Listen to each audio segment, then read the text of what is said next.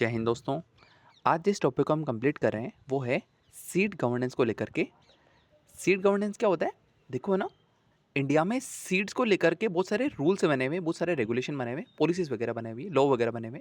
मतलब कि जैसे कि अगर कोई वीट की सीड है ना, कोई दुकान जो फार्मर है वो दुकान पे जाता है, ठीक है ना, कृषि वाली दुकान पे जाता है, वो कहता है भैया मेरे को गेहूं के बीज चाहिए।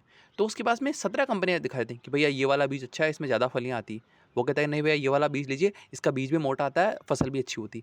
एक वाला ब्रांड होता है, वो कहता है कि भैया कि आप ये वाला बीज लीजिए क्योंकि इसके अंदर है ना ये फसल ख़राब नहीं होती, कीड़े नहीं लगते इसलिए।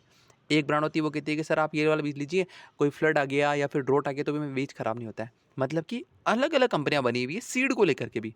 तो ये अलग अलग कंपनियां होगी तो कुछ ना कुछ तो रूल बने होंगे ना। ये उन्हीं रूल की बात कर रहा है। क्या है ना कि ये रूल्स करीबन 60 साल पुराने रूल्स है। तो गवर्नमेंट कह रही है कि इन वाले रूल्स को हमें नया चेंज करना पड़ेगा। क्यों? क्योंकि अब अलग अलग तरह के सीड्स आ चुके हैं, जैसे हाइब्रिड सीड आ गया है, ठीक है ना, और जीएम सीड्स आ गए हैं, जेनेटिकली मॉडिफाइड सीड्स वगैरह आ चुके हैं, ठीक है ना।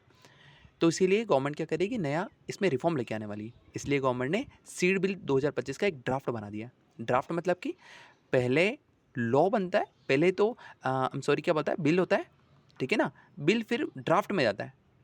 पहले तो आइडिया लेवल पे होता है, फिर एक नॉर्मल कागज़ पे उतरता है, फिर इस कागज़ को पब्लिक में डाला जाता है। फिर पब्लिक में क्या होता है, एडिटोरियल वगैरह बनते हैं, बहुत सारे अलग अलग रिसर्च वगैरह जो कि इस पे अलग अलग फीडबैक देते हैं। और गवर्नमेंट इन फीडबैक को लेकर के फिर फाइनल बिल बनाती, ठीक है। और फिर ये पार्लियामेंट में जाकर के लास्ट में आके पास होकर के एक्ट बनता है। तो ये ड्राफ्ट लेवल पे, मतलब ये पब्लिक में डाला गया ताकि इसमें एडिटोरियल्स आए, फीडबैक मिले गवर्नमेंट को, ठीक है। हमें देखेंगे यहाँ पे रजिस्ट्रेशन किस तरह होता है, टेस्टिंग कैसे होती है सीड्स वगैरह की, वो भी देखेंगे हम। रजिस्ट्रेशन किसका? कंपनियों का, जो सीड्स वगैरह बनाती है। और फार्मर के क्या राइट्स है वो भी हम समझने की कोशिश करेंगे। पहले हम देखते हैं इसका कि ड्राफ्ट सीड बिल 2025 ये है क्या, और ये बिल क्यों लाया गया वो हमें देखते हैं। कि गवर्नमेंट ने बोला है कि पुराने सीड्स वगैरह जो होते थे ना, उनके रूल्स करीबन 60 साल पुराने हैं। और आज के टाइम क्या हो गया, बिल्कुल नए सीड्स आ गए। मैंने बताया ना, जैसे कि इसमें लीजिए, इसमें ज़्यादा फसल आएगा, इस वाले में ये ख़राब नहीं होगा, और इस पे कीड़े नहीं लगेंगे। अलग अलग तरह के रूल्स, अलग तरह के सीड्स आ चुके हैं। हाइब्रिड सीड्स आ चुके हैं। एक तो टमाटर आता है हरा वाला, एक टमाटर आता है लाल वाला। लाल वाले को क्या बोलते हैं? हाइब्रिड बोलते हैं। क्यों? एक तो वो थोड़ा सा कम खट्टा होता है और उसमें पल्प ज़्यादा होता है, इसको हाइब्रिड बोलते हैं। हाइब्रिड मतलब कि पूरा का पूरा ये इसको चेंज किया गया है। जेनेटिकली मॉडिफाइड सीड्स आते हैं, मतलब कि एक अगर आप देसी बीज लेंगे ना, उसका अगर गेहूं का दाना लेंगे तो उसमें कम फसल आएंगी, प्लस फसल भी कम आएगी, और प्लस उसका दाना पतला होगा। लेकिन अगर आप जेनेटिकली मॉडिफाइड सीड लेंगे ना, मतलब कि जो कि केमिकल वगैरह से इनसे बनता है, लैब वगैरह के अंदर बनता है, वो सीड के अंदर फलियां भी ज़्यादा आती है और उसका सीड भी मोटा होता है। मतलब कि ज़्यादा बेटर सीड है ये जेनेटिकली मॉडिफाइड। वो बात है कि इसमें पानी ज़्यादा चाहिए होता है, फर्टिलाइजर ज़्यादा चाहिए होता है, लेकिन हाँ, मुझे लास्ट में फसल तो ज़्यादा मिल ही रही है ना।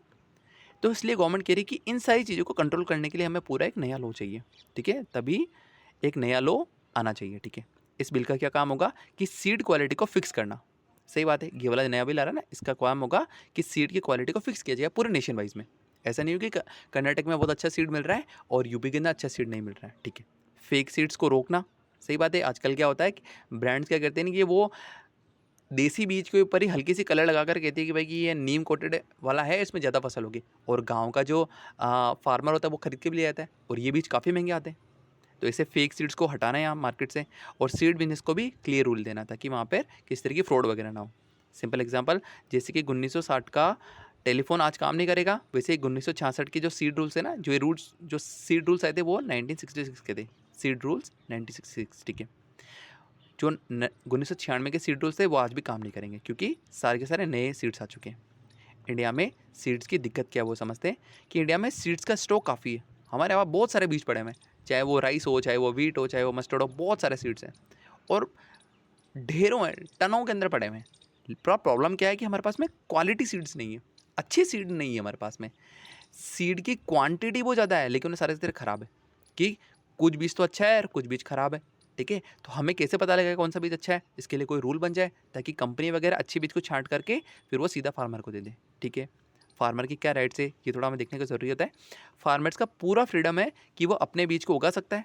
सही बात है भाई, उसके पास कोई बीज पड़ा, क्या होता है ना, फार्मर क्या करता है, जैसे गेहूँ वगैरह उगाता है ना, गेहूँ उगाने के बाद में वो करीबन 70% के आसपास अपना बीज तो बाजार में बेच देता है, ठीक है, और 30% रखता है।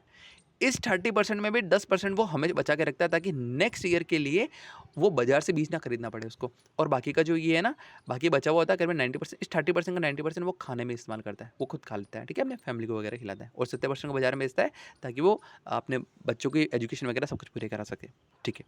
तो वो अपने बीज को उगा भी सकता है, सही बात है, अपने बीज को बचा भी सकता है, जिसे मैंने कहा ना ये बचा सकता है, फिर से लगा सकता है उस बचे हुए बीज को, बिल्कुल सही बात है, या फिर बाजू वालों को दे सकता है। कितनी बार ऐसा होता है ना, अपने पड़ोस में खेत हो, जैसे कि आपका ये खेत है, आपको शायद जो अर्बन वाले उनको नहीं समझ में आएगा, लेकिन जो आपस में पड़ोस वाले खेत होते हैं ना, अगर इसके पास फसल ही नहीं हुई, इसकी फसल अच्छी हो गई थी, इसके पास पिछले साल फसल ही नहीं हुई, तो इसके पास बीज भी नहीं रहेंगे, तो ये पास वाला इससे मांग सकता है। ये पास वाला इसके पास फसल नहीं है, इसको रिक्वेस्ट करेगा कि प्लीज़ यार तेरी अच्छी फसल हुई थी, थोड़े बीज दे देना मेरे को, और जैसे ही मेरी फसल होती है तो तेरे को बीज वापस लौटा दूंगा मैं, ठीक है। तो बाजू वाले को ये दे भी सकता है, एक्सचेंज भी कर सकता है। अगर इसने टमाटर उगाए थे, इसने मटर उगाए थे, तो ये आपस में बीज को भी एक्सचेंज कर सकते हैं। बस एक चीज़ ये नहीं कर सकता है, वो क्या नहीं कर सकता है, ये ब्रांड नेम से बीज को मार्केट में नहीं बेच सकता है। जैसे कि अगर इसकी फसल हुई थी ना, तो आज के बाद ऐसे नहीं बोलेगा कि हाँ कि सुपर क्लासिक बीज, ये इस ब्रांड के नाम से कट्टे बना बना करके मार्केट में नहीं बेच सकता है। बाकी ये पड़ोसियों को दे सकता है, अपने लोकल लेवल पे सब कुछ कर सकता है ये। और ये कब बेचेगा ब्रांड नेम से, जब ये टेस्ट वगैरह करा लेगा गवर्नमेंट के द्वारा, और उसकी टेस्ट में क्लियरेंस मिलती है इसको, उसके बाद हाँ, उसके बाद इसको कोई दिक्कत नहीं मार्केट में बेचने के लिए। मतलब कि अपना बीज नेबर को फ्री में दे सकते हो, लेकिन ये सुपर बीज 2025 ऐसे ब्रांड के नाम से आप पैकेट में मार्केट में नहीं बेच सकते हो। और कब बेचोगे आप, जब आप गवर्नमेंट से टेस्ट करवा लोगे और अप्रूवल मिल जाएगा आपको, तभी आप बेच सकते हो। बात समझ में आ गई सर? समझ में आया ना? पास वाले को दे सकते हैं, एक्सचेंज कर सकते हैं, लेकिन ब्रांड बना करके बेच नहीं सकते। तो सर लोकली बेच सकते हैं क्या? बिल्कुल बेच सकते हैं, बेचते ही हैं लोग बाग तो। भाई पड़ोसियों को तो बेचते ही ना, भाई पड़ोस वाले ने कहा कि नहीं यार कि मेरे को तो 500 रुपये देना, तो और मेरे बीज लेना, तो हाँ 500 रुपये देने में कोई दिक्कत नहीं, कोई भी पुलिस आकर आपको नहीं पकड़ेगी। लेकिन ब्रांड का नाम लगा करके नहीं बेचना है। बात समझ में आ गई सर? कौन से रूल बनाएंगे वो हम देखते हैं, मतलब सॉरी कौन रूल बनाएंगे। एक तो सेंट्रल लेवल पे कानून बनाएंगे और एक स्टेट लेवल पे कानून बनाएंगे। सेंट्रल लेवल पे कानून बनाएंगे सेंट्रल कमेटी से, ये सीड के नेशनल रूल बनाएगी, जैसे कि जर्मिनेशन कैसे होगी। जैसे कि अगर कोई नई कंपनी आ रही है, ठीक है ना, वो कहती है कि हम ऐसा गेहूँ का बीज लेके आएंगे जिसका दाना बहुत ही मोटा होगा, तो ये सेंट्रल कमेटी क्या कहेगी, भाई तेरा जर्मिनेशन कैसा होगा वो हमको पहले टेस्ट करा के बताओ। प्यूरिटी कितनी होगी वो सेंट्रल कमेटी बताएगी इसके अंदर, कि ये जो बीज होगा ना उसके अंदर प्यूरिटी कितनी होनी चाहिए, ये डिजीज़ फ्री होना चाहिए नहीं होना चाहिए, ये सब कुछ रूल कौन बनाएगा, सेंट्रल कमेटी बनाएगी। तो स्टेट कमेटी क्या करेगा, अगर सारा का सारा टेक्निकल वाला चीज़ अगर सेंट्रल कमेटी कर जाएगी, तो स्टेट कमेटी क्या करेगी, इसका काम होगा कि अपने स्टेट में सीड कंपनी को रजिस्टर करना।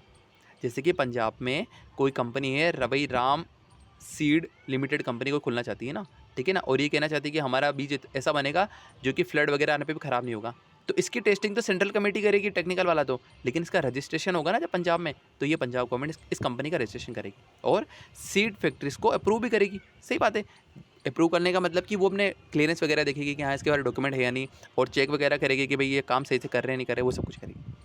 सिंपल एग्जांपल, जैसे कि पंजाब वाली कमेटी क्या करेगी, स्टेट वाली कमेटी क्या करेगी, ये डिसाइड करेगी कि बरनाला में कोई नया सीड प्लांट अलाउ करना है या नहीं करना, ठीक है। लेकिन जो टेक्निकल टीम होगा ना, कि जर्मिनेशन वगैरह टेस्ट वगैरह वो कौन करेगा, सेंट्रल कमेटी करेगा, ठीक है। सीड प्रोसेसिंग यूनिट को क्या करना होगा वो हम समझते हैं। मतलब अभी तो हमने ये देखा कि रूल कौन बनाएगा, लेकिन अब जो ये कंपनी है ना वो क्या करती है कि हर कंपनी को सीड को क्या करना पड़ेगा, पहले क्लीन करना पड़ेगा, पैक करना पड़ेगा और ग्रेडिंग करनी पड़ेगी। ग्रेडिंग मतलब कि देखो जब है ना कंपनी के पास भी बीज आते हैं ना, भाई कंपनी के पास बीज है ना, तो ये भी इसको ग्रेडिंग में करते हैं। ग्रेडिंग मतलब कि भाई ये बेस्ट क्वालिटी का बीज है तो इसको थोड़ा महंगा बेचेंगे, फिर थोड़ा इनके पास भी लोअर क्वालिटी वाला होगा इसको थोड़ा सस्ता बेचेंगे, फिर और बिल्कुल बकवास वाला होगा इसको और सस्ता बेचेंगे। इसको बोलते हैं ग्रेड करना। ये ग्रेडिंग भी करेगी हर कंपनी, ठीक है। और स्टेट गवर्नमेंट से रजिस्ट्रेशन लेना मस्ट होगा इनका, तभी जाके इनका ब्रांड नेम वगैरह बनेगा, ठीक है। सिंपल भाषा में कि बिना लाइसेंस के सीड फैक्ट्री नहीं चलेगी, ठीक है। नए बीज का टेस्ट कैसे होगा, वो होगा VCU से। VCU मतलब क्या होता है, value for cultivation and use, मतलब कि नया बीज आपके खेत में सही से काम करता है या नहीं, वो चीज़ को बोलेंगे हम VCU। कि मतलब आपने बीज को खेत में डाला और वो उगेगा या नहीं उगेगा, और उगेगा तो कितनी फसल देगा, ठीक है ना, उसमें कितना पानी चाहिए होगा, वो सब कुछ कौन चेक करेगा, वो करेगा VCU, ठीक है।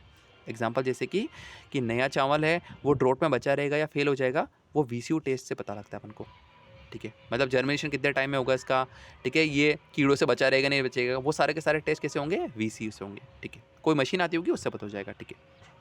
अगर पकड़े गए तो अगर किसी कंपनी ने रूल को ब्रेक किया तब क्या होगा, सीड इंस्पेक्टर आ सकता है। ये नई पोस्ट बनेगी जिसके अंदर क्या होगा कि फैक्ट्रीज में की चेकिंग वगैरह होगी कि वो सही से ग्रेडिंग कर रहे नहीं कर रहे, सही से टेस्ट वगैरह कर रहे नहीं कर रहे, सब कुछ वो देखेगा।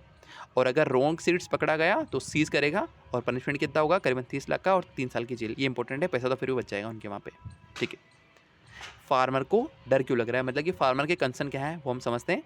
फार्मर कह रहा है कि जो बड़ी बड़ी कॉर्पोरेट है ना, वो पूरा कंट्रोल कर लेगी पूरे पूरे मार्केट को, सीड मार्केट को। अभी क्या होता है ना, वो लोकल लेवल पे तो बेच पाता है, लेकिन अगर बड़ी बड़ी कंपनी आ गई, अडानी आ गई, ठीक है ना, तो अडानी क्या करेगी, शुरुआत में सस्ते में बेचेगी, अच्छे बीज को भी सस्ते में बेचेगी। क्यों? इसके पास बहुत सारा पैसा है, इसके पास बहुत सारा बैंक से लोन पड़ा हुआ है। तो शुरुआत में ये लोकल वाले फार्मर्स को बिल्कुल खत्म करने के लिए क्या करेगी, ये अच्छे बीजों को बहुत सस्ते में बेचेगी, तो इसका माल बिकेगा ही नहीं लोकल लेवल पे भी, तो ये बिल्कुल बर्बाद हो जाएगा। और लास्ट में अडानी क्या करेगा, बाद में जाकर के रेटें बढ़ा देगा, जैसे जियो ने किया था। भाई एयरसेल को, एयरसेल एक कंपनी थी पहले, ठीक है ना, आइडिया पहले एक नॉर्मल कंपनी थी, ये सब कुछ खत्म हो गई। क्यों? फ्री में पहले दिया जियो ने और बाद में रेटें बढ़ा दी, अब 350 कर दिया। वैसे ही कर सकती है, मतलब कि बड़ी कंपनी सीड मार्केट को पूरा कैप्चर कर सकती है।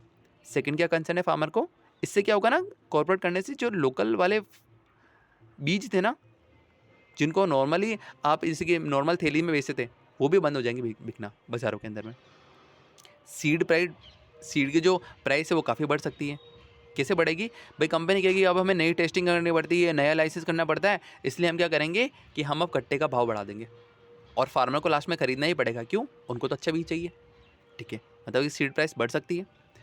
अपना देसी बीज कल्चर वीक पड़ सकता है। सही बात है, अगर कॉर्पोरेट आ गई तो वो तो बिल्कुल जेनेटिकली मॉडिफाइड वगैरह सीड्स वगैरह लेके आएगी, तो अपना जो देसी वाला बीज था लोग उसको लेना ही भूल जाएंगे। क्यों? क्योंकि देसी बीज में एक तो वो उसका दाना भी पतला आता है और उपज भी कम होती है, यील्डिंग भी कम होती है। लेकिन कॉर्पोरेट वाला तो सब कुछ बढ़िया हर चीज़ में, तो जो देसी कल्चर है वो बिल्कुल खत्म हो जाएगा। सेंटर के पास पावर ज़्यादा है, स्टेट के पास पावर कम है। क्यों? सेंटर सारे सारे टेक्निकल वगैरह जितनी भी टेस्टिंग है वो करेगा, और सेंटर क्या करेगा, नॉर्मली सिर्फ रजिस्ट्रेशन वगैरह करेगा, सिर्फ पेपर वर्क करेगा, तो इसके पास तो पावर रही नहीं। सारा का सारा सेंटर के पास। अगर सेंट्रल गवर्नमेंट ऐसी आती है जो कि फार्मर के खिलाफ होगी, तो हाँ, उनके लिए तो बहुत हालत ख़राब हो जाएगी फार्मर्स की यहाँ पे। इंटरनेशनल प्रेशर आ सकता है। क्यों? इंटरनेशनल, जैसे कि इंटरनेशनल बहुत सारी जो ऑर्गेनाइजेशन है वो कह सकते हैं कि हाँ, आपने बायोडाइवर्सिटी के रूल्स को काफ़ी डाइल्यूट कर दिया, मतलब कि आपने ऐसा जेनेटिकली मॉडिफाइड सीड बना दिया है जिससे कि पूरी बायोडाइवर्सिटी खतरे में आ सकती है, कि ये इतना ज़्यादा पानी लेगा, इससे आसपास के कीड़े मर जाएंगे, इससे हमारे जो बायोडाइवर्सिटी वो खत्म हो सकती है। ठीक है, मतलब ये सारे कंसर्न है फार्मर के। समरी देखते हैं यहाँ पे कि जो ड्राफ्ट सीड बिल 2025 है, ये फेक सीड्स को रोकेगा और सीड क्वालिटी को अच्छा बनाएगा। पर फार्मर का डर ये है कि अगर बड़ी कंपनियां आ जाती है तो इनके पास बहुत ज़्यादा पावर हो जाएगी। सही बात है, क्योंकि बड़ी कंपनी जैसे कि शुरुआत में अच्छा बीज को सस्ता बेचेगी और लोकल बीज को ख़त्म कर देगी, और बाद में ये वापस ये जो अच्छे बीज को सस्ते में बेच रही थी, बाद में महंगा बेचने लगी, फॉर एग्जाम्पल जियो, और उन्हें अपने बीज का कंट्रोल कम हो जाएगा। सही बात है, क्योंकि वो बिकना बंद हो जाएगा लास्ट में। ये आर्टिकल था। Thank you.